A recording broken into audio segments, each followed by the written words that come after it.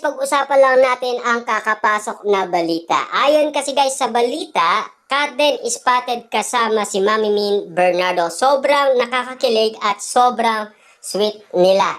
Ito lang guys ang inihintay nating mga eksena na kasama nila si Mami Min Bernardo. Na animo guys nakikita daw ng mga netizens at mga fans na parang pabor si Mami Min Bernardo sa tuwing nakakasama ni Catherine Bernardo si Alden Richard at spotted si Mami Min Bernardo na kinikilig nga naman kasi sa dalawa. At marami nagsasabi guys na bet daw ni Mami Min Bernardo si Alden Richard. Ibig sabihin guys, bet niya bang maging manugang si Alden Richard para kay Catherine Bernardo. At ayon din sa iba, ay bet din ng kapatid ni Catherine Bernardo, si Alden Richard. Ibig sabihin lang nito, waging-wagi na ba si Alden Richard sa pamilyang Bernardo? Wala na ba silang inahanap pang iba? At nakita na nila ang future wife ni Catherine Bernardo. Ibig sabihin, nakita na ang manugang na para kay Catherine Bernardo. Yan kasi guys ang ina-update sa atin ng mga kumakalat na issue sa social media. Siyempre, yan kasi guys ay nagbibigay ng reaction kapag nakikita nga naman natin guys na napaka-sweet tignan ni Catherine Bernardo at Alden Richard abang kasama nila si Mami Min Bernardo. Kaya na naman guys napapag-usapan sila sa social media dahil alam naman natin guys, November 13 ngayon. Mag-iisang taon na ang iwalayan Katniel. Kitang-kita naman natin guys na kasama ni Catherine Bernardo si Mami Min Bernardo at Alden Richard sa araw na iwalayan ng Katniel dahil nag-iisang taon na. Napakaligayang pagmasdan guys ang bawat mga mata ni Catherine Bernardo dahil alam naman natin guys, kayang-kaya niya pang maulit ang nasabing 11 years sa tamang tao at sa tamang panahon. Yan kasi guys ang sinasabi ng mga netizens at mga Katden fans kay Catherine Bernardo. Kumbaga, binabakuran na siya ng iba dahil ang iba kasi guys na mga Katden fans ay gusto nila si Alden Richard lang ang i-partner sa kanya. Pero ang katanungan dyan, payag ba ang management ng Star Cinema at ng GMA Picture para sa dalawa? Diba? Kung pag-iisipan guys ng management, kung sila ay magkakaroon ng kontrata na sila lang dalawa, paano naman guys ang kontratang pinirmahan ni Catherine Bernardo at Alden Richard sa iisang kumpanya? Kasi yan kasi ang pinag-uusapan ngayon guys at nagiging ugat ngayon ng issue at intriga kapag natapos na ang kanilang trabaho at lalo-lalo na guys ang kanilang movie. Alam naman natin guys, waging-wagi na ang kanilang pelikula at siyempre panalong-panalo na sa lahat ng pelikula.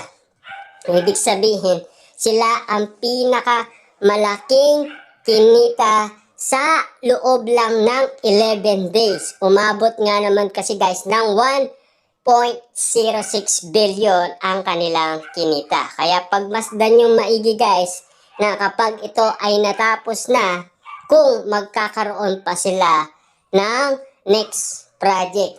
Ngayon ay wala ng boyfriend si Catherine Bernardo at wala nang pipigil sa kanya at lalong-lalo na single na siya at solong-solo niya na ang mga project na gusto niyang kunin. Lalong-lalo na guys, kita niyo naman, Elena 1944. Diba? Kinuha niya yon dahil si Catherine Bernardo daw ang nakaisip nun. Sabi nga ng mga kumakalat na issue sa social media.